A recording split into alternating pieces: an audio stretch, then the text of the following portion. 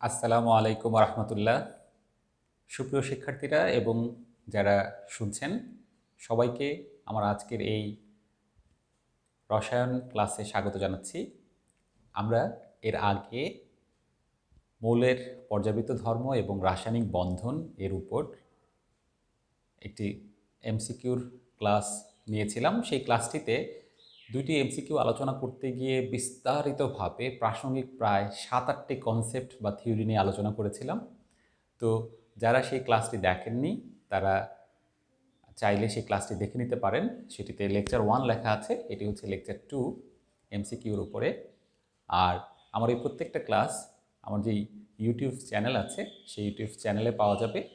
চ্যানেলটির নাম হচ্ছে রসায়নের হাবিজাবি, না বুঝলে ধরা খাবি। অর্থাৎ খুব টুকিটাকি কিছু জিনিস যেটাকে আমি হাবিজাবি বলছি, সেটি না বুঝলে আসলেই রসায়নে ধরা খেতে হয়। আর এই মুহূর্তে যারা ফেসবুকে আমার এই ক্লাসটি দেখছেন, যদি তাদের ভালো লাগে তাহলে অবশ্যই বলবো আপনারা আপনাদের অন্যান্য বন্ধুবান্ধবের সাথে ক্লাসটি শেয়ার করে দিতে পারেন। সেক্ষেত্রে তারা দেখেও উপকৃত হতে পারে। আর যদি কারো কোনো বিষয়ে কোনো পরামর্শ থাকে অবশ্যই আমাকে কমেন্ট করে জানাবেন। আমি আপনাদের পরামর্শ অবশ্যই বিবেচনায় নেব। তো ঠিক আছে, আমি মেনলি যারা শিক্ষার্থী তাদেরকে উদ্দেশ্য করেই ক্লাসটি নিচ্ছি।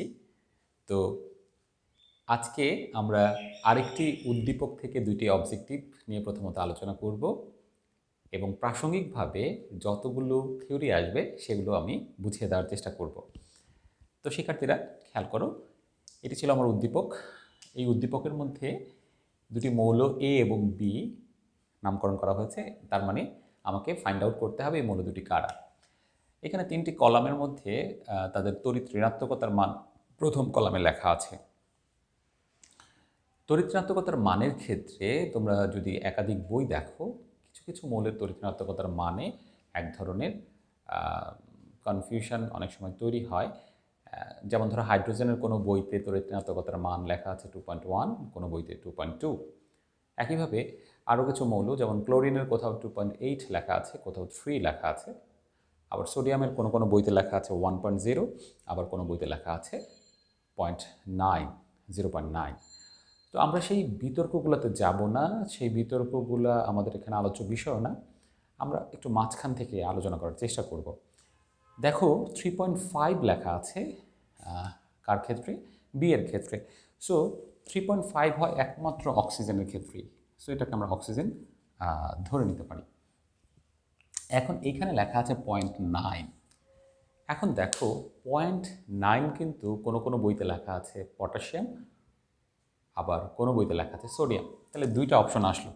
আমরা একটু ফাইন্ড আউট করার চেষ্টা করব এটা কি সোডিয়াম হবে নাকি পটাশিয়াম হবে। আমরা একটু সেটা বের করার চেষ্টা করব। আচ্ছা, সেটা কীভাবে বের করব? পরবর্তী কলামটা দেখো যে প্রথম আয়নীকরণ বিভবের কথা বলা আছে। আচ্ছা, প্রথম আয়নীকরণ বিভবের ক্ষেত্রে আমরা যদি একটু অক্সিজেনেরটা আগে দেখি, 1323 বলা আছে। দেখো অক্সিজেনের যোজিত স্তরে কয়টি ইলেকট্রন থাকে? 6টি ইলেকট্রন থাকে। তার মানে আমি যদি একটু অক্সিজেনটা লিখি 1s2 2s2 2px2 2py1 2pz1, 2 4 5 6টি ইলেকট্রন যোজিত স্তর। এখন আমরা জানি আয়নীকরণ বিভব বলতে বোঝানো হয় এক মোল কোনো মৌল থেকে তার যোজিত স্তরের এক মোল ইলেকট্রন অপসারণ করতে বাহির থেকে যে শক্তির যোগান দিতে হয়। তার মানে কিলোজুল পার মোল, অর্থাৎ এক মোল অক্সিজেনের যোজ্যতা স্তর থেকে এক মোল ইলেকট্রন অপসারণ। তার মানে কি?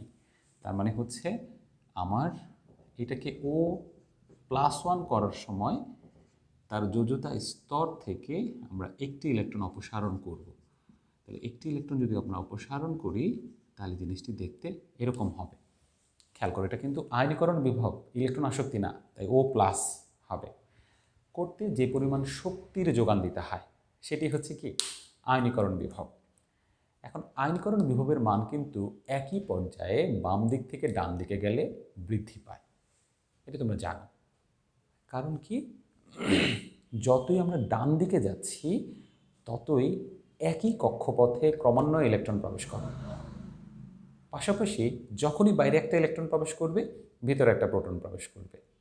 তাহলে তুমি দেখো, আমি যদি অক্সিজেন যে গ্রুপটাতে আছে, যে পর্যায়টাতে আছে, সেটা নিয়ে যদি আমরা একটু দেখি, যেমন lithium, beryllium, boron, carbon, nitrogen, oxygen, fluorine.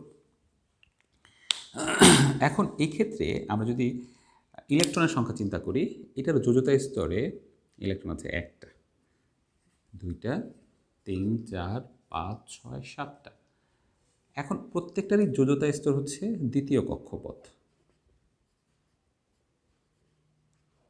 খেয়াল করো, তাহলে দ্বিতীয় কক্ষপথে অক্সিজেনের এখানে 6টা ইলেকট্রন আছে।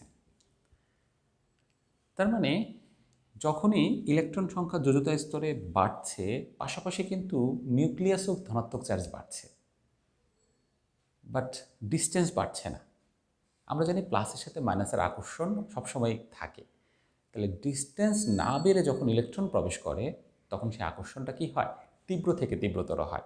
অর্থাৎ আমার এইখানে অক্সিজেনের ক্ষেত্রে খেয়াল করো, এই যে ইলেকট্রন যখন এখানে 1, 2, 3, 4, 5, 6টা ইলেকট্রন প্রবেশ করলো, সেন্টারেও কিন্তু ধনাত্মক চার্জ প্রবেশ করলো, তাই আকর্ষণটা কি তীব্র থেকে তীব্রতর হবে।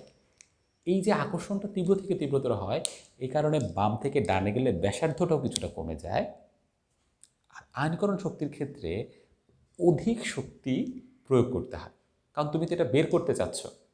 তাহলে বের করতে চাইলে যদি সেই ইলেকট্রন ওই পরমাণুর নিউক্লিয়াস জোরে ধরে রাখে, তখন তোমার সেটা বের করতে কি হবে? কষ্ট বেশি হবে। তুমি ধরো কোনো একটা জায়গা থেকে কোনো একটা পদার্থকে সরাতে চাচ্ছ। এখন তুমি যে সেটা সরাতে চাচ্ছ, ওই জায়গায় যদি বাধা বেশি থাকে, তাহলে সরাতে গেলে তোমাকে বেশি শক্তি যোগান দিতে হবে। তাই বাম থেকে ডানে গেলে আয়নীকরণ শক্তির মান বৃদ্ধি পায়। একইভাবে উপর থেকে নিচে দিয়ে গেলে কিন্তু আয়নীকরণ শক্তির মানটা উল্টা হবে, হ্রাস পাবে। কারণ তখন কিন্তু উপর থেকে নিচে গেলে যোজ্যতা স্তরে সেম ইলেকট্রন থাকে। যেমন ধরো, লিথিয়ামের পরে আমি যদি সোডিয়ামের কথা চিন্তা করি, সোডিয়ামেরও যোজ্যতা স্তরে একটি ইলেকট্রন, লিথিয়ামেরও একটি ইলেকট্রন। কিন্তু সোডিয়ামের যোজ্যতা স্তরটা হচ্ছে তৃতীয় কক্ষপথ, লিথিয়ামের হচ্ছে দ্বিতীয় কক্ষপথ। তার মানে কি দাঁড়াচ্ছে? যতই নিচে যাচ্ছ, মাঝখানে কিছু স্তর তৈরি হচ্ছে, আচ্ছাদন প্রভাব বেড়ে যাচ্ছে। আচ্ছাদন প্রভাব বিষয়টি কি, লেকচার 1-এ ইন ডিটেল আলোচনা করা হয়েছে। যাদের একটু কনফিউশন আছে তারা সেটা দেখে নিও। তাহলে এই যে আচ্ছাদন প্রভাব যে বেড়ে যাচ্ছে, বেড়ে যাওয়ার কারণে আকর্ষণ কিন্তু কমে যায়। তাহলে আকর্ষণ কমে গেলে কী হবে? আকর্ষণ কমে গেলে সেখান থেকে কম শক্তি দিয়ে ইলেকট্রন বের করা যাবে। তার মানে আয়নীকরণ শক্তির মান উপর থেকে নিচের দিকে গেলে কমে যায়। তো আমরা প্রাসঙ্গিকভাবে আয়নীকরণ শক্তির যে পর্যাবৃত্ত বৈশিষ্ট্যটি সেটি সম্পর্কে জানলাম। আচ্ছা, আরেকটা কথা হচ্ছে, এখানে দেখো প্রথম আয়নীকরণ শক্তি বলা হয়েছে বা বিভব বলা হয়েছে। বিভব আর শক্তি একই জিনিস হিসেবে এখানে ধরা হয়ে থাকে। প্রথম আয়নীকরণ শক্তির ক্ষেত্রে আমরা অনেক সময় প্রথম শব্দটা বলি না, শুধু আয়নীকরণ শক্তি বলি। তার মানে প্রথম আয়নীকরণ শক্তি আর আয়নীকরণ শক্তি একই কথা। দ্বিতীয় আয়নীকরণ শক্তি মানে কি? দ্বিতীয় মানে হচ্ছে একক ধনাত্মক আদানযুক্ত এক মোল কোনো মৌল থেকে আরও এক মোল ইলেকট্রন অপসারণ। তার মানে দেখো, এই যে এখানে আমরা যে অক্সিজেন +1টা লিখেছি, এই অক্সিজেন +1টা থেকে আমরা যদি আরও একটা ইলেকট্রন অপসারণ করে অক্সিজেন +2 করতে চাই, তখন আমার যে পরিমাণ শক্তির বাহির থেকে যোগান দিতে হবে, সেটি হচ্ছে দ্বিতীয় আয়নীকরণ শক্তি। তার মানে এখান থেকে এখানে আসার সময় আমরা পাবো প্রথম আয়নীকরণ বিভব, আবার এখান থেকে এখানে আসার সময় আমরা পাবো দ্বিতীয় আয়নীকরণ বিভব। ঠিক আছে, এইভাবে আমরা তৃতীয় আয়নীকরণ বিভবও দেখতে পারি।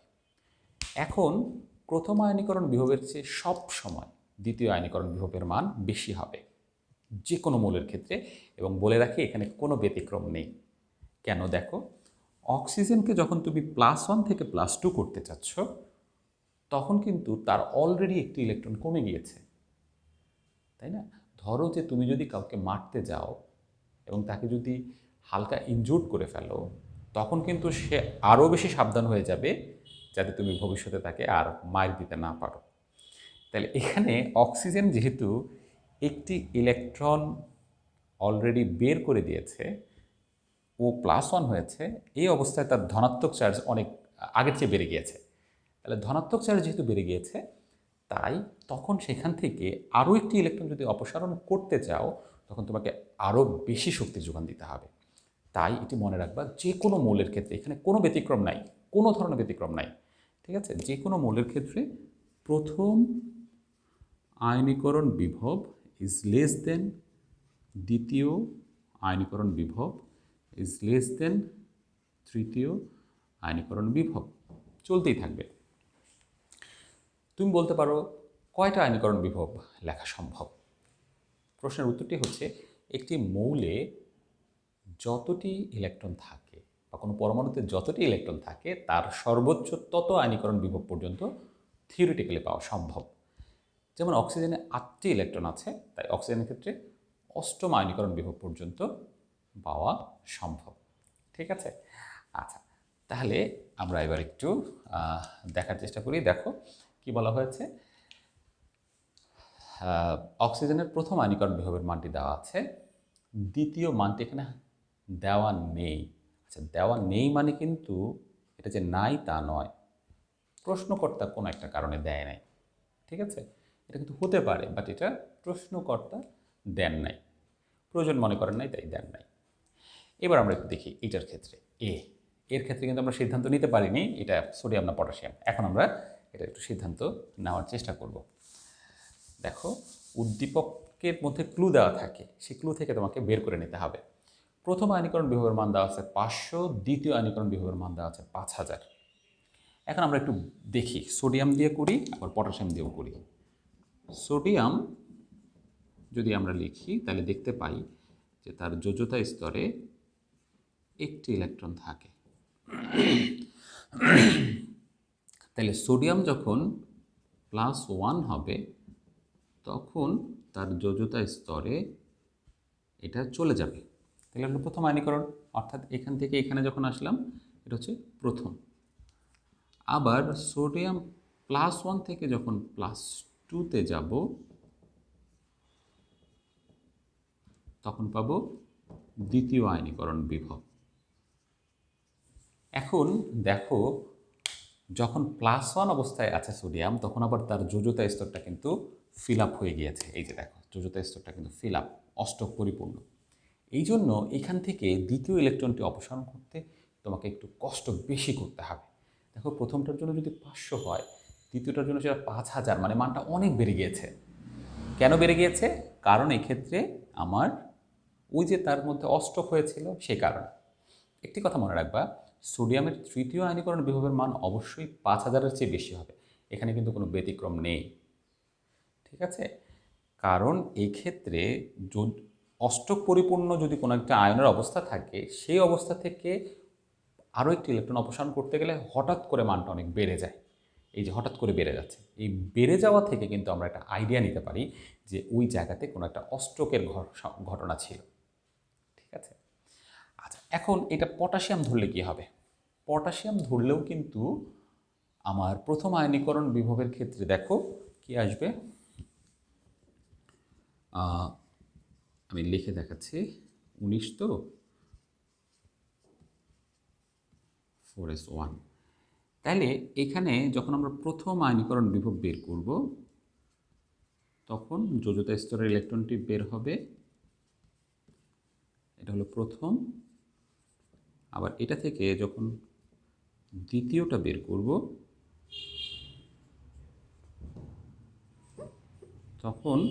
তখনও কিন্তু এই যে তার এখানে একটা অষ্টকের একটা ঘটনা আছে।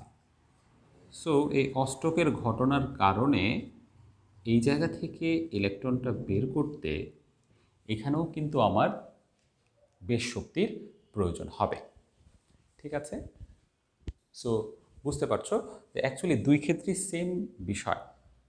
তার মানে এটা পটাশিয়ামও হতে পারে, সোডিয়ামও হতে পারে, কেননা দ্বিতীয় ক্ষেত্রে দুইটারই কী হবে, মানটা অনেক বেড়ে যাবে।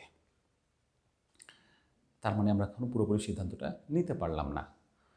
ওকে, দেখি আমরা যেহেতু সিদ্ধান্ত নিতে পারি নাই এখানে আমার এটা কোনো বিশেষ ভূমিকা রাখে কিনা, আমি এখানে দুইটাই লিখলাম। হ্যাঁ, খেয়াল করো, কিছু কিছু ক্ষেত্রে একটু কনফিউশন থাকলেও সেই কনফিউশন থেকেও আমার প্রশ্ন আনসার করা যেতে পারে।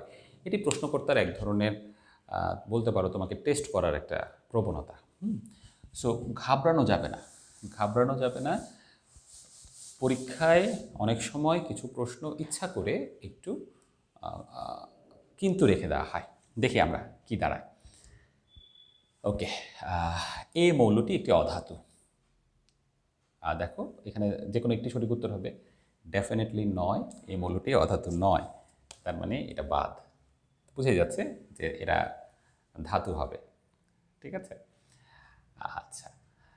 সমযোজী বন্ধন গঠন করতে পারে, যেহেতু সে আয়নিক ধাতুগুলো সাধারণত আয়নিক বন্ধন গঠন করে, তাই এটাও বাদ।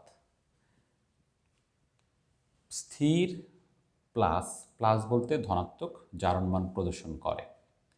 দেখো সেটা সোডিয়াম হোক আর পটাশিয়াম হোক, তার যোজ্যতা স্তর আমরা একটু আগে দেখেছি, একটি কি থাকে, ইলেকট্রন থাকে।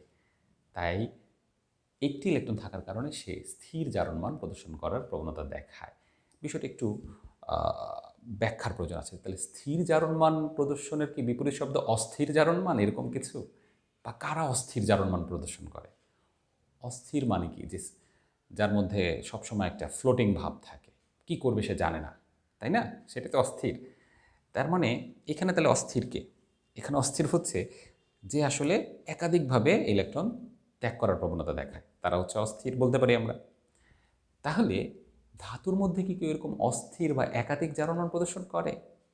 ইয়েস, করে। তারা হচ্ছে ডি ব্লকের মৌলগুলো বা অবস্থান্তর মৌলগুলো। আচ্ছা, কেন তারা একাধিক জারণমান প্রদর্শন করে? কারণ তাদের যোজ্যতা স্তরের মধ্যে যেই দুইটা উপকক্ষপথ থাকে, সেই দুইটা উপকক্ষপথের শক্তির ডিফারেন্স খুবই কম। যেমন আমি একটা বিস্তারিত উদাহরণ দিয়ে দেখাই। ধরো আমরা লিখলাম স্ক্যান্ডিয়াম। স্ক্যান্ডিয়ামের ক্ষেত্রে এটা হচ্ছে ধরো 1s, আমি বক্স পদ্ধতিতে দেখাই।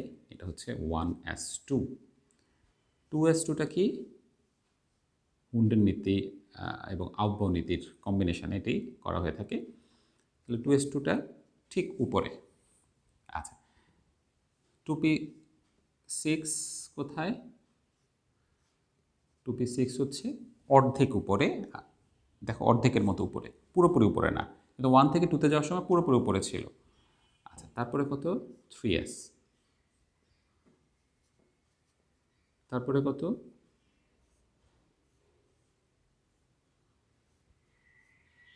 3p6। এই জায়গায় একটা ঝামেলা আছে। তারপরে কিন্তু আউফবাউ নীতি অনুযায়ী 3ডিতে না গিয়ে 4s-এ যায়। তোমরা সবাই জানো যে যার n+l এর মান কম, ইলেকট্রন আগে সেটিতে প্রবেশ করে। তাহলে 4s-এর জন্য n+l এর মান হচ্ছে 4+0 বা 4, আর 3d এর জন্য n+l এর মান হচ্ছে 3+2 বা 5। ঠিক আছে, তাহলে যার n+l এর মান কম, ইলেকট্রন আগে সেটিতে প্রবেশ করে, তার মানে 4s আগে প্রবেশ করবে, তার মানে 4s এর শক্তিটা কম হবে। তাহলে আমরা এখানে 3 এর পরে 4টা দিলাম এখানে, 4s2। 4s2-র পরে 3d হবে।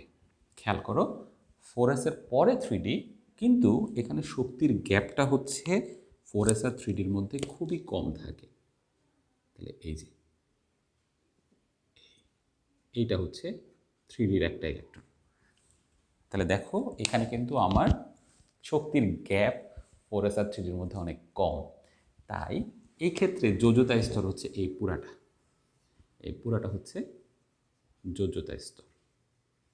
যোজ্যতা স্তর, যেটাকে আমরা বলে থাকি যে ns এবং n-1d, ডি ব্লকের এটা হচ্ছে যোজ্যতা স্তর। ns-এ থাকে একটা বা দুইটা ইলেকট্রন, আর ডিতে থাকে 1 থেকে 10টা ইলেকট্রন সাধারণত থেকে থাকে।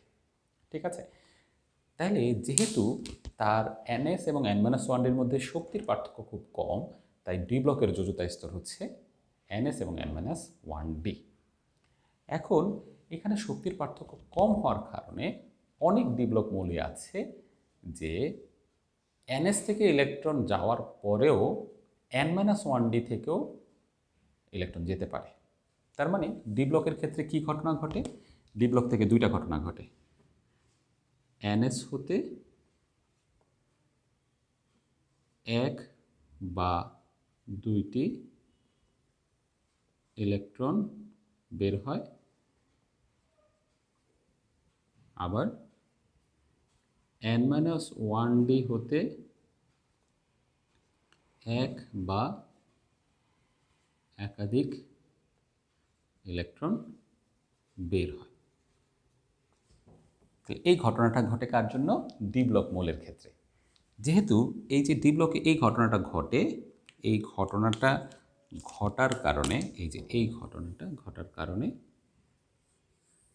আমরা বলতে পারি যে সে কি করে? সে অস্থির জারণমান। মানে কি? একাধিক জারণমান। অস্থির তো আমি জাস্ট বোঝার জন্য তোমাদেরকে ফান করে বললাম, এটাকে বলা হয় একাধিক জারণমান প্রদর্শন করতে পারে। ঠিক আছে, তাহলে আমরা এখানে কি বলেছি? একাধিক জারণমান দেখায়। হ্যাঁ, একাধিক জারণমান, এটা মানে একটু এক লাইনে লিখি, একাধিক জারণমান দেখায়। তাহলে শিক্ষার্থীরা আমরা কি দেখলাম? যে ডি ব্লক মৌল বা অবস্থান্তর মৌলগুলোর একাধিক জারণমান দেখানোর একটা টেন্ডেন্সি আছে। হ্যাঁ, স্ক্যান্ডিয়ামকে দেখাইতে হবে, নট নেসেসারি। স্ক্যান্ডিয়ামের ক্ষেত্রে সাধারণত সে +3 একটাই দেখায়, কিন্তু ডি ব্লক মৌলগুলো ওইভাবে একাধিক জারণমান কি করতে পারে? দেখাতে পারে। তাহলে কারা স্থির জারণমান দেখায়? কোন ধাতুগুলা? প্রথমে দেখলাম যে সে ধাতু। আচ্ছা, ধাতু সাধারণত কোথায় থাকে? এস ব্লকে ধাতু থাকে। তোমরা জানো এস ব্লকে যে 14টা মৌল আছে, হাইড্রোজেন, হিলিয়াম, এই দুটা বাদে বাকি 6 দুগুণে 12টা মৌল হচ্ছে ধাতু। আর ধাতু কোথায় থাকে? ফুল ডি ব্লক এবং ফুল এফ ব্লক, এরা হচ্ছে ধাতু। তাহলে এস ব্লকের গুলোর ক্ষেত্রে 1s-এ মানে একের এতে যারা আছে বা 1s1, তারা হচ্ছে স্থির জারণমান দেখায়। আবার যারা 2-এর এ বা ns2-তে আছে তারা স্থির জারণমান দেখায়। কেন তারা স্থির জারণমান দেখায়? খেয়াল করো, আমি এবার ধাতুর ক্ষেত্রে দেখাই। ধরো এটা একটু অন্যভাবে দেখাই। এটা হচ্ছে 1s, এটা হচ্ছে 2s, এটা হচ্ছে 2p, এটা হচ্ছে 3s। তাহলে এখানে ধরো আমি সোডিয়ামের কথা বলছি। হ্যাঁ, সোডিয়াম, এখানে এই যে সোডিয়ামের এখানে তো একটা ইলেকট্রন থাকে, হ্যাঁ, 3s1, তাই না? তাহলে এই জায়গার শক্তির গ্যাপটা অনেক বেশি, যে কারণে 3s থেকে ইলেকট্রন বের হওয়ার পরে 2p থেকে আর ইলেকট্রন বের হতে পারে না। একইভাবে যেটা মৃৎক্ষার ধাতু বা 2-এর এতে অবস্থিত, তাদেরও ns এর সাথে কি n-1p এর শক্তির গ্যাপটা অনেক বেশি। তাহলে তোমার এস ব্লকের ধাতুগুলোর ক্ষেত্রে রুলটা কি? এস ব্লকের ধাতু সমূহের কি হয়? ধাতুসমূহের ns ও n-1p এর মাঝে শক্তির পার্থক্য অনেক বেশি। তাই শুধুমাত্র ns হতে ইলেকট্রন বের হয়ে ক্যাটায়ন তৈরি হয়, ক্যাটায়ন তৈরি করতে পারে। খেয়াল করো কথাটি বুঝতে পারতেছো কি না, খেয়াল করো। এখানে যেহেতু শক্তির গ্যাপ অনেক বেশি, হ্যাঁ এটা কি ছিল, এটা শক্তির গ্যাপ অনেক বেশি ছিল। হ্যাঁ, এই জায়গাটাতে শক্তির গ্যাপ, শক্তির পার্থক্য বেশি। তাহলে যেহেতু এখানে গ্যাপটা অনেক বেশি এনএস আর n-1p এর মধ্যে, এন তো বুঝতেছো, এই যে থ্রি হচ্ছে এখানে এন, তাহলে 3-1 বা 2, তাহলে n-1p হচ্ছে 3-1 বা 2p। তাহলে এখানে শক্তির পার্থক্যটা অনেক বেশি। তাই শক্তির পার্থক্য যখন বেশি হয় তখন শুধুমাত্র সর্বশেষ কক্ষপথ থেকে ইলেকট্রন বের হবে, অর্থাৎ ধাতুসমূহের ক্ষার ধাতু বা মৃৎক্ষার ধাতুসমূহের ক্ষেত্রে শুধুমাত্র এনএস থেকে ইলেকট্রন বের হয়, তাই তারা স্থিতিশীল জারণমান দেখায়। আরেকটি কথা বলেছিলাম এফ ব্লক। এফ ব্লকের ক্ষেত্রে ওই ডি ব্লকের যেমন এনএস আর n-1 এর মধ্যে শক্তির গ্যাপ খুব কম, এফ ব্লকের ক্ষেত্রে এরকম একটি বক্তব্য আছে। এফ ব্লকের জড়তা স্তর হচ্ছে এনএস, n-2f আর n-1d।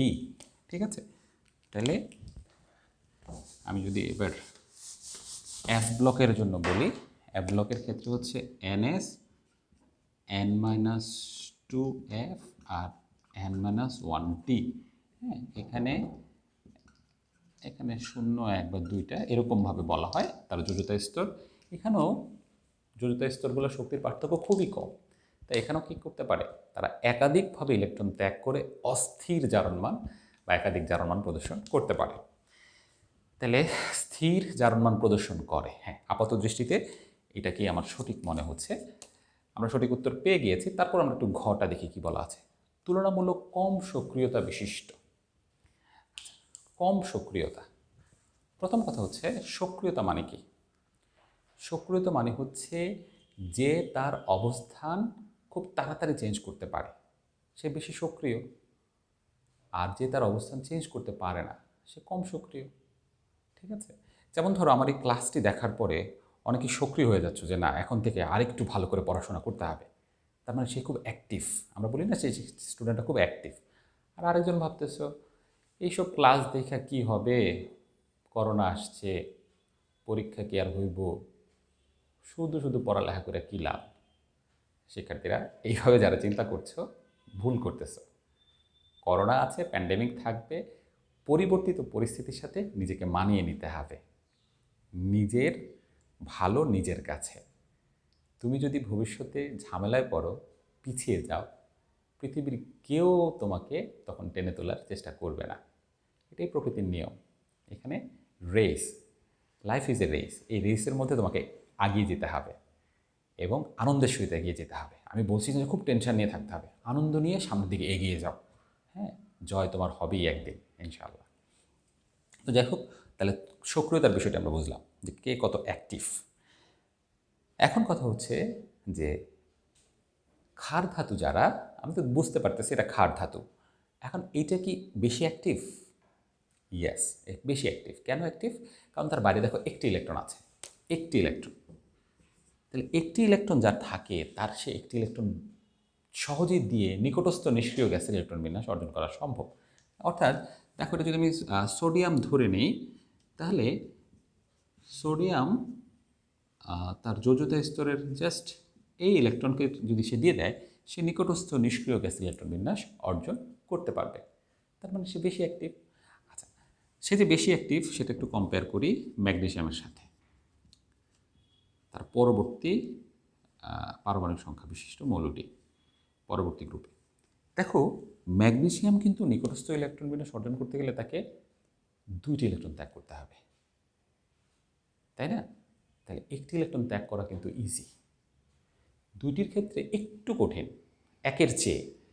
2টিও ত্যাগ করা যায় কিন্তু একের চেয়ে একটু কঠিন। কেমিস্ট্রি হচ্ছে কম্পারেটিভ কেমিস্ট্রি স্টাডি। 1 আর 2-এর মধ্যে 2-এর জন্য একটু কঠিন। কেন? কারণ যখন 3s2 থাকে, আমরা জানি অ্যাসে সর্বোচ্চ 2টি ইলেকট্রন থাকতে পারে। যখন কোনো একটা কক্ষপথ, যখন কোনো একটা উপকক্ষপথ ইলেকট্রন দ্বারা পরিপূর্ণ থাকে, তখন ওই জায়গা থেকে সে আবার ইলেকট্রন ছাড়তে চায় না, সহজেই ছাড়তে চায় না। যে কারণে 3s2 যেটা, সেই ক্ষেত্রে তার কী হয়, তার ইলেকট্রনটা ত্যাগ করতে একটু লেজিনেস কাজ করে। তার মানে একটু অলস, তার মানে সে ক্ষার ধাতুর চেয়ে কম সক্রিয়। তুমি যদি সামনের দিকে আরও যাও, অ্যালুমিনিয়ামের দিকে যাও, তার মানে তখন কি হবে, তার জন্য আরেকটু কষ্টকর হবে। সে 3টা ত্যাগ করবে। 3টা ত্যাগ করার জন্য প্রথমে সে একটা ত্যাগ করবে, একটা ত্যাগ করে প্রথম আয়নীকরণ বিভব পাবো, সে অবস্থায় আরও একটা ত্যাগ করলে দ্বিতীয় আয়নীকরণ বিভব পাবো, সে অবস্থায় আরও একটি ত্যাগ করলে তৃতীয় আয়নীকরণ বিভব পাবো। তার মানে বিষয়টি কি একটু টাফ। ঠিক আছে, তার মানে বোঝা যাচ্ছে যে ক্ষার ধাতুটার অ্যাক্টিভিটি সবচেয়ে বেশি, তাই না? আমরা যদি কম্পেয়ার করি 1, 2, 3 এই 3টার মধ্যে 1 নম্বর গ্রুপটা হচ্ছে সবচেয়ে অ্যাক্টিভ। আবার তুমি যদি ডান দিকে গিয়ে 5, 6, 7-এর মধ্যে কম্পেয়ার করো, তখন কিন্তু 7 বেশি অ্যাক্টিভ। কেন? তুমি দেখো ক্লোরিন, ক্লোরিনের ক্ষেত্রে আমরা এরকম একটা অবস্থা দেখতে পাই। এখন সে কি করবে? সে চাইবে একটি ইলেকট্রন গ্রহণ করার জন্য, কারণ একটি ইলেকট্রন গ্রহণ করলেই সে নিকটস্থ নিষ্ক্রিয় গ্যাস আর্গনের ইলেকট্রন বিন্যাস অর্জন করবে। আচ্ছা, তার আগেরটা যদি দেখি সালফার, সালফারের ক্ষেত্রে তার অ্যাক্টিভিটিটা ক্লোরিনের চেয়ে একটু কম থাকবে। কেন? কারণ দেখো সালফারের ক্ষেত্রে কিন্তু তাকে গ্রহণ করতে হবে 2টি ইলেকট্রন। তাহলে একটি ইলেকট্রনের গ্রহণ করাটা যতটা ইজি, 2টি ইলেকট্রন গ্রহণ করাটা কিন্তু তার চেয়ে একটু কঠিন। তাহলে তার অ্যাক্টিভিটিটা কি? সালফারেরটা একটু কম। তার আগে ফসফরাসের ক্ষেত্রে 3টে ইলেকট্রন গ্রহণ করতে হবে, তার মানে তার অ্যাক্টিভিটিটা আরেকটু কম। তার মানে আমরা কি বুঝলাম? আমরা বুঝলাম যে 1, 2, 3 অর্থাৎ 1 নম্বর গ্রুপ, 2 নম্বর গ্রুপ, 3 নম্বর গ্রুপের ক্ষেত্রে 1 নম্বর গ্রুপটা সবচেয়ে অ্যাক্টিভ। আবার ওই দিকে গিয়ে 15, 16, 17 সর্বাধুনিক পর্যায় সারণী অনুযায়ী, অথবা 5-এর এ, 6-এর এ, 7-এর এ, এই 3টার মধ্যে 7-এর এ সবচেয়ে অ্যাক্টিভ। তাহলে সামারি কথাটা লিখি। সামারি কথাটা হচ্ছে অ্যাক্টিভিটির ক্ষেত্রে চিন্তা করলে সক্রিয়তার কথা 1-এর এ, 2-এর এ, 3-এর এ, এটা হলো সক্রিয়তার ক্রম। এটাকে আবার গ্রুপ 1, 2, 3 এভাবে লেখা যায়। আবার ওইখানে হচ্ছে 5-এর এ ইজ লেস দেন 6-এর এ ইজ লেস দেন 7-এর এ, অথবা লেখা যায় 15 নম্বর গ্রুপ ইজ লেস দেন 16, 17। এটা হচ্ছে কি সক্রিয়তার ক্রম, সক্রিয়তার ক্রম। তার মানে তুলনামূলকভাবে কম সক্রিয়তা বিশিষ্ট এই কথাটি ভুল। ঠিক আছে? আচ্ছা, তাহলে দেখো আমরা এই প্রশ্নটি আনসার করার জন্য প্রাসঙ্গিকভাবে অনেকগুলো বিষয় আনলাম। আমরা এখানে আয়নীকরণ বিভব, প্রথম আয়নীকরণ, দ্বিতীয় আয়নীকরণ বিভব জিনিসটা কী, তারপরে হচ্ছে স্থির জারণমান এবং একাধিক জারণমান কারা দেখায়, কেন দেখায় সেটি জানলাম। আউফবাউ নীতি কি সাথে এখানে স্থির জারণ অবস্থা বের করার সম্পর্কটা কি সেটি জানলাম। সক্রিয়তার ক্ষেত্রে কে সক্রিয় সেই বিষয়টিও জানলাম। তাহলে একটি অবজেক্টিভ আনসার করতে গেলে তোমাকে অনেকগুলো ধারণা একত্রে রাখতে হয়, রাখলে তুমি সেই অবজেক্টিভটি আনসার করতে পারবে। ঠিক আছে, ওকে। প্রাসঙ্গিকভাবে বলে রাখি, যার সক্রিয়তা যত বেশি তার আভ্যন্তরীণ শক্তি তত বেশি। শক্তি বেশি দেখেই সে সক্রিয়। আবার শক্তি কম মানে সক্রিয়তা কম। তাহলে সক্রিয়তা আর আভ্যন্তরীণ শক্তি কি সমানুপাতিক। ঠিক আছে, আর যার আভ্যন্তরীণ শক্তি বেশি সে কিন্তু চায় তার আভ্যন্তরীণ শক্তিটা কিছুটা কি করে দিতে, বের করে দিতে। বের করে দিলে তার মধ্যে একটা স্থিতিশীলতা আসে। তাহলে আমরা প্রথম প্রশ্নটির সঠিক উত্তর পেয়ে গিয়েছি। এবার আমরা দ্বিতীয় প্রশ্নটির দিকে চলে যাই, দেখি দ্বিতীয় প্রশ্নটিতে কি আছে। এ এবং বি মৌলের মধ্যে তড়িৎযোজী বন্ধন ঘটিত হয়। আচ্ছা, তড়িৎযোজী মানে আয়নিক বন্ধন, এটি তোমরা জানো, কারণ এটা বহুপদী, যে কোনো এক বা একাধিক সঠিক উত্তর পাওয়া যাবে। মৌলদ্বয়ের তড়িৎ ঋণাত্মকতার পার্থক্য 1.9 অপেক্ষা বেশি। আচ্ছা, তড়িৎ ঋণাত্মকতার পার্থক্য এখানে কত? তো দেখাই যাচ্ছে তড়িৎ ঋণাত্মকতার পার্থক্য হচ্ছে 3.5 মাইনাস 0.9 বা 2.6। এখন কথা তো সত্য যে 1.9 অপেক্ষা তড়িৎ ঋণাত্মকতার পার্থক্য বেশি। এখন 1.9 অপেক্ষা বেশি হলে কি আয়নিক বন্ধন ঘটিত হয়? এই বিষয়টির ব্যাখ্যার জন্য যে থিওরিটি আছে সেটিকে বলা হয় পোলারিটি। পোলারিটি। আচ্ছা, আচ্ছা, পোলারিটি জিনিসটা কার জন্য প্রযোজ্য? এটা হচ্ছে সমযোজী যৌগের আয়নিক বৈশিষ্ট্য ব্যাখ্যার ক্ষেত্রে। সমযোজী যৌগের আয়নিক বৈশিষ্ট্য ব্যাখ্যা করা হয়। কোনটি দ্বারা? এই পোলারিটির কনসেপ্ট দ্বারা। ঠিক আছে, অর্থাৎ যৌগটা থিওরিটিক্যালি সমযোজী। সমযোজী যৌগে কি হয়?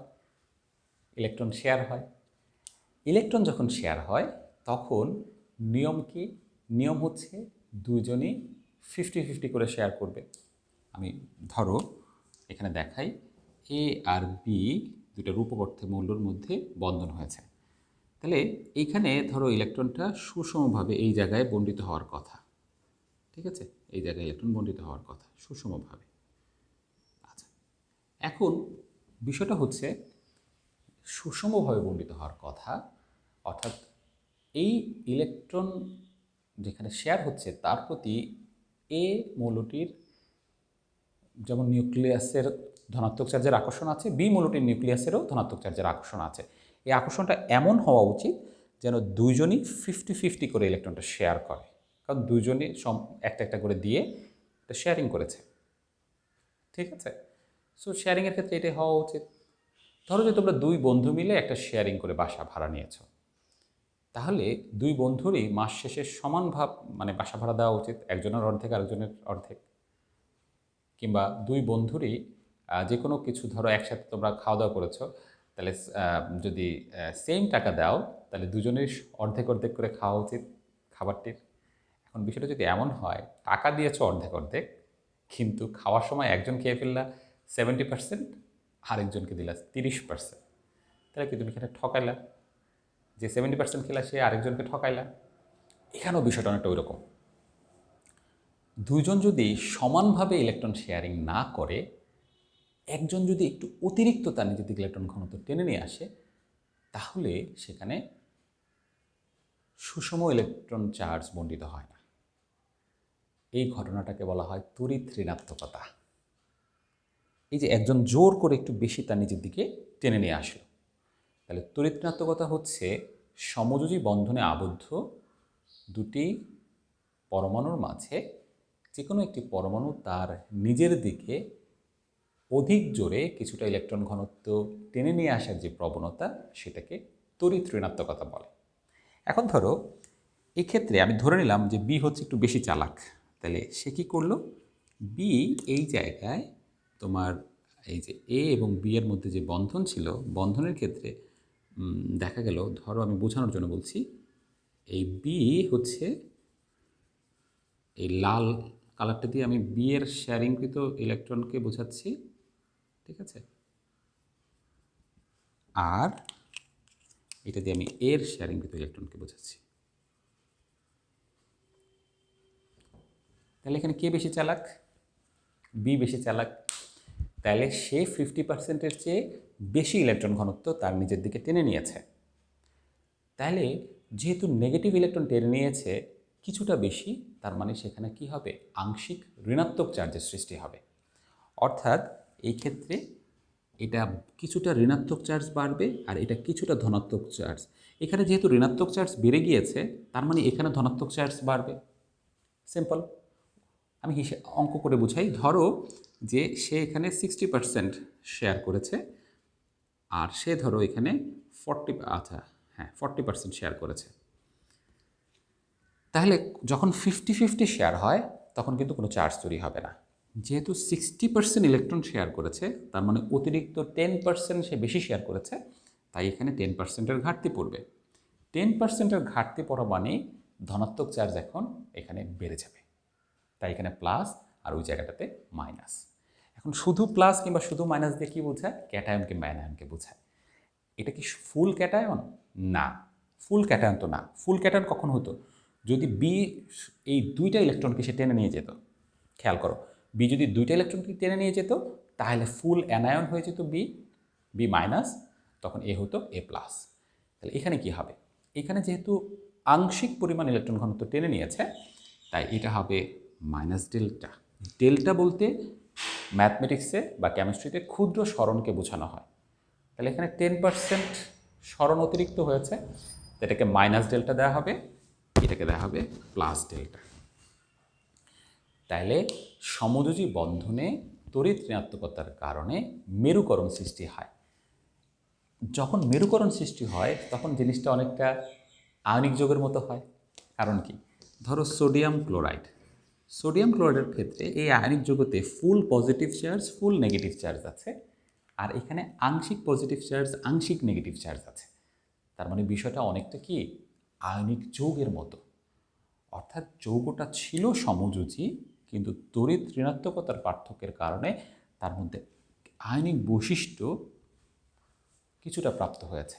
এটাকেই বলা হচ্ছে সমযোজী যৌগের আয়নিক বৈশিষ্ট্য ব্যাখ্যা, বা ব্যাখ্যা করার জন্য নতুন যে টার্মটি আমরা ব্যবহার করছি সেটা হচ্ছে পোলারিটি।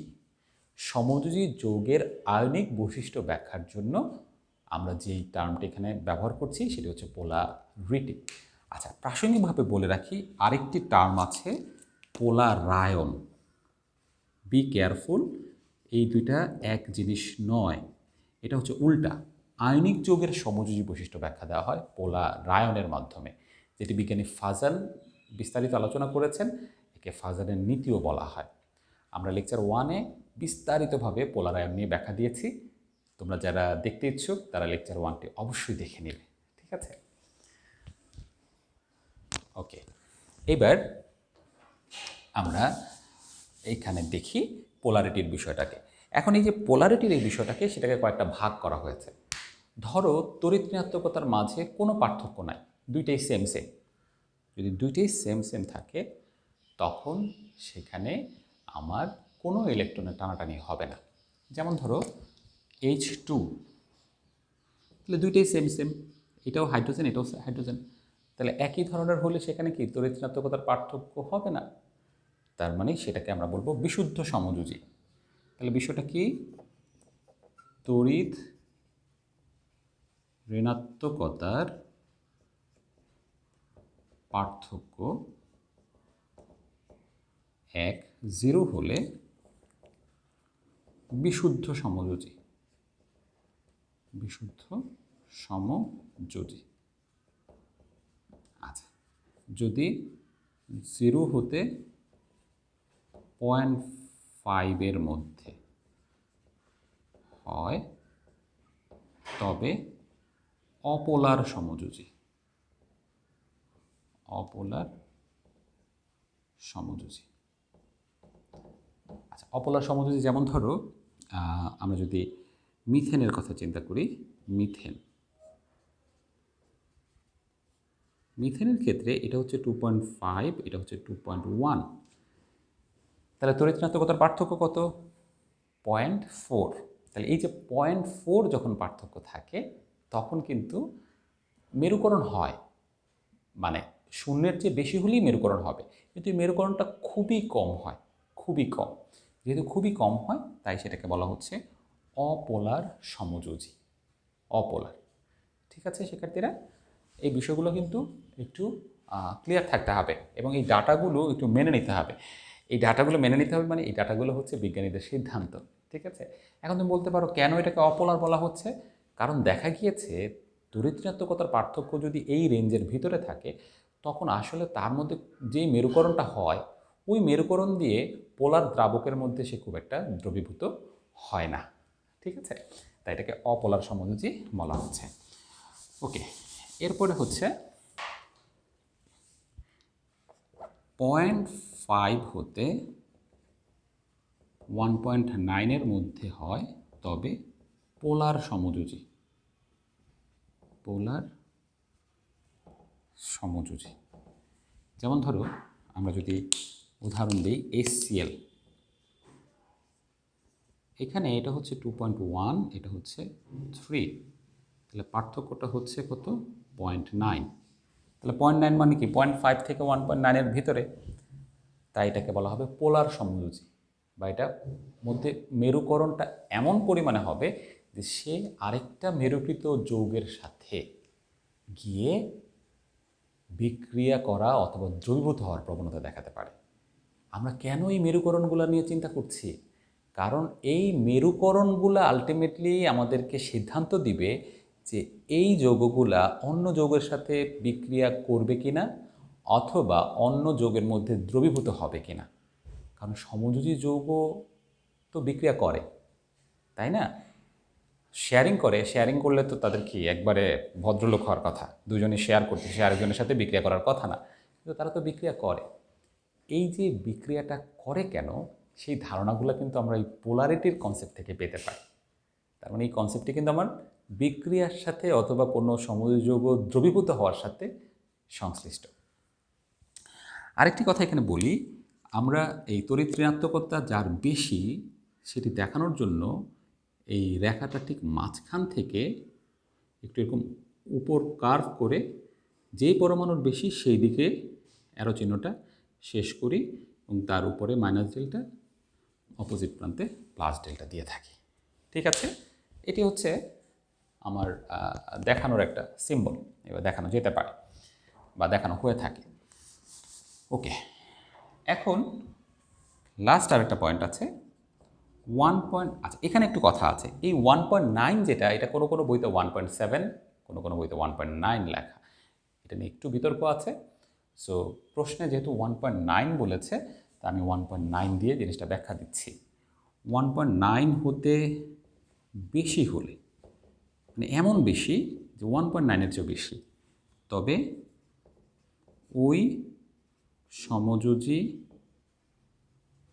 অণুটি আয়নিক বৈশিষ্ট্য লাভ করে। আয়নিক বৈশিষ্ট্য লাভ করে, অর্থাৎ তড়িৎ ঋণাত্মকতার মান এতই বেড়ে গেল যে সে তো পরে কী হয়, সে প্রায় আয়নিকের মতো হয়ে যায়। মানে তাকে নামে শুধুমাত্র সমযোজী, কাজে কিন্তু সে পুরোপুরি আয়নিক। যেমন ধরো HF 2.1 আর 4, তাহলে ডিফারেন্সটা কত? আমার এখানে 1.9, তাহলে 1.9 হতে বেশি হয়। আচ্ছা, এখানে একবারে বর্ডার লাইনের উদাহরণ দিয়ে ফেলেছি, এটাকে আয়নিক বৈশিষ্ট্যপ্রাপ্তই বলা হয়ে থাকে। ঠিক আছে, আচ্ছা আমি যদি সোডিয়াম ফ্লোরাইড দিয়ে বলি তাহলে হয়তো জিনিসটা বুঝতে সুবিধা হবে। 0.9 আর হচ্ছে, বা সোডিয়াম অক্সাইড দিয়ে বলি, হ্যাঁ এখানে আমার এখানে যে উদাহরণটা আছে সেই উদাহরণটা দিয়ে আমি বলি। সোডিয়াম অক্সাইড তাহলে এটা হচ্ছে 3.5, আর এটা যদি আমি 0.9 ধরে নেই তাহলে ডিফারেন্সটা হচ্ছে 2.6। তার মানে কি, এটি যদিও থিওরিটিক্যালি আমি সমযোজী ধরে নেই, বা বাস্তবে এটাকে আয়নিক বৈশিষ্ট্যপ্রাপ্ত ধরা হবে। একটু বলে রাখি, অনেক যৌগই আছে যাদেরকে আমরা আয়নিক কনসেপ্ট দিয়েও ব্যাখ্যা দিতে পারি, আবার সমযোজী কনসেপ্ট দিয়েও ব্যাখ্যা দিতে পারি। এখন এটি লেটেস্ট কেমিস্ট্রিতে যেটা বলা হয়, কোনো যৌগই 100% পিওর আয়নিক না, কোনো যৌগই 100% পিওর সমযোজী না। যাক, সেগুলো অন্য আলোচনা। হ্যাঁ, পিওর সমযোজী হতে পারে, ওই যে যদি H2Cl2 এরকম হয়, এরকম কিছু ব্যতিক্রম ছাড়া কোনো যৌগই 100% পিওর সমযোজী না। তো যাক, সেটি হচ্ছে অন্য কনসেপ্ট, অন্য আলোচনা, সেটি আমরা আপাতত এখানে বিবেচনায় আনব না। আমরা এখানে প্রশ্নে চলে যাই। দেখো, মৌলদ্বয়ের তড়িৎ ঋণাত্মকতার পার্থক্য 1.9 অপেক্ষা বেশি। হ্যাঁ, এটা তো দেখাই যাচ্ছে যে আসলে বেশির সাথে পোলারিটির কি কনসেপ্ট এবং পোলারিটির বিস্তারিত ব্যাখ্যাটি আমি এখানে তোমাদের সাথে শেয়ার করলাম।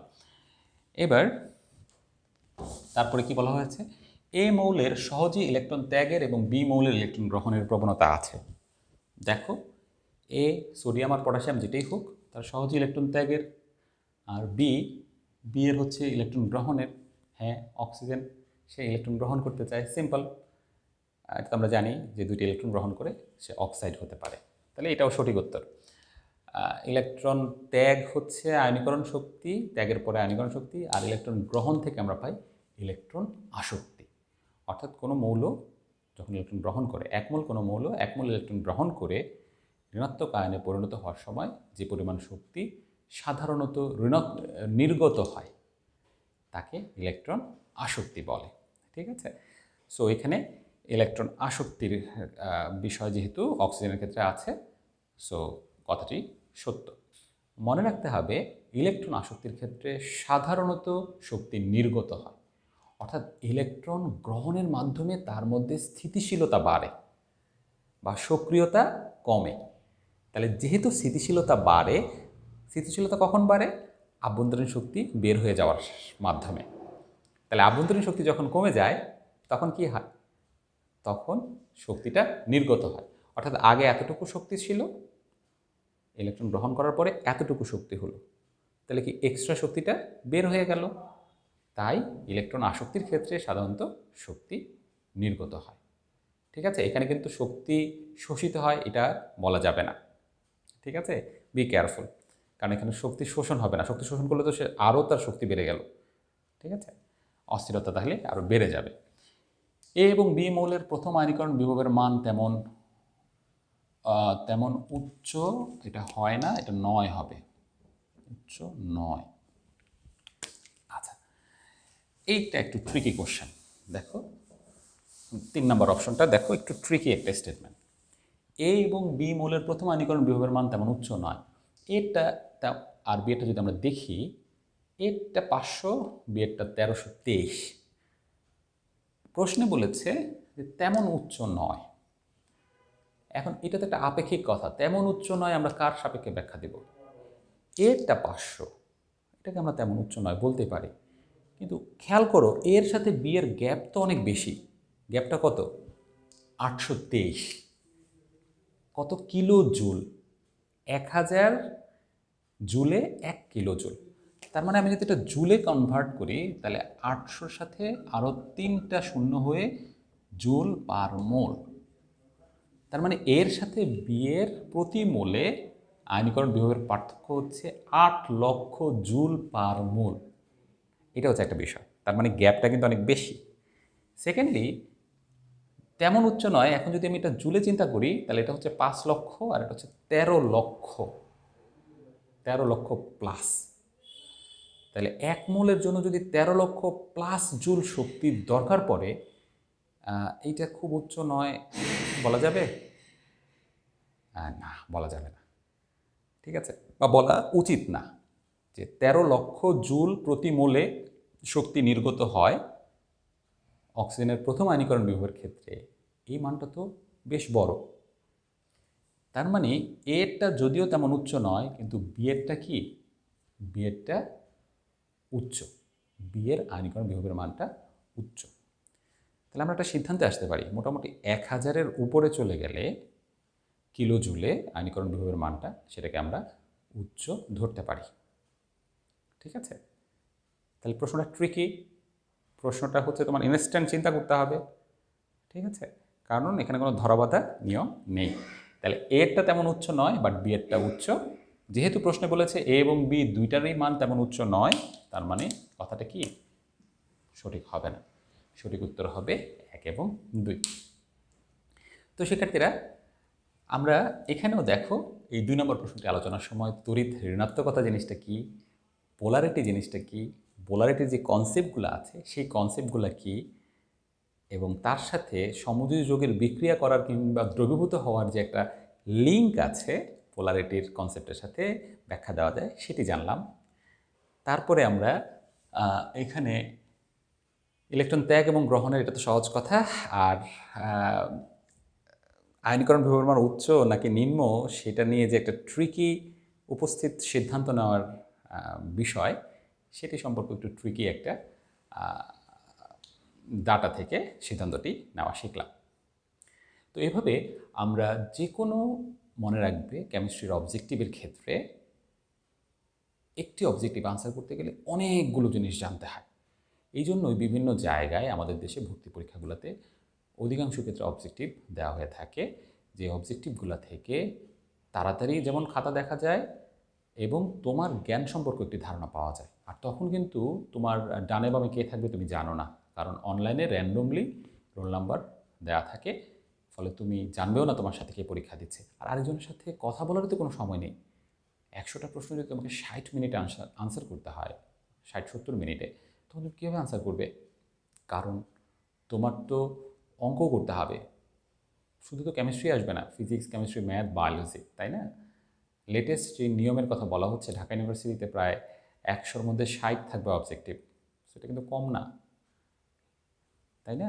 সরি, ঢাকা ইউনিভার্সিটির ক্ষেত্রে। আবার গুচ্ছ পদ্ধতির ক্ষেত্রে সেখানে তো থাকবে অবজেক্টিভ, তাহলে সেখানে তো পুরোটাই অবজেক্টিভ। কাজেই অবজেক্টিভ জিনিসটা সহজভাবে ভাবার কোনো কারণ নেই। অবজেক্টিভে সেই ভালো যে থিওরিতে অনেক বেশি ভালো। তো ঠিক আছে, তোমরা ক্লাসগুলো দেখতে থাকো, আর যদি ক্লাসগুলো ভালো লাগে অবশ্যই বন্ধুবান্ধবকে বলবে এবং তাদের সাথে ফেসবুক থেকে শেয়ার করে দিবে। আর আমার যে ইউটিউব চ্যানেলটি আছে সেই চ্যানেলটিতে ঢুকে সাবস্ক্রাইব করতে পারো। মনে আছে তো? চ্যানেলটির নাম হচ্ছে রসায়নের হাবিজাবি, না বুঝলে ধরা খাবে। সবাই ভালো থেকো। আসসালামু আলাইকুম।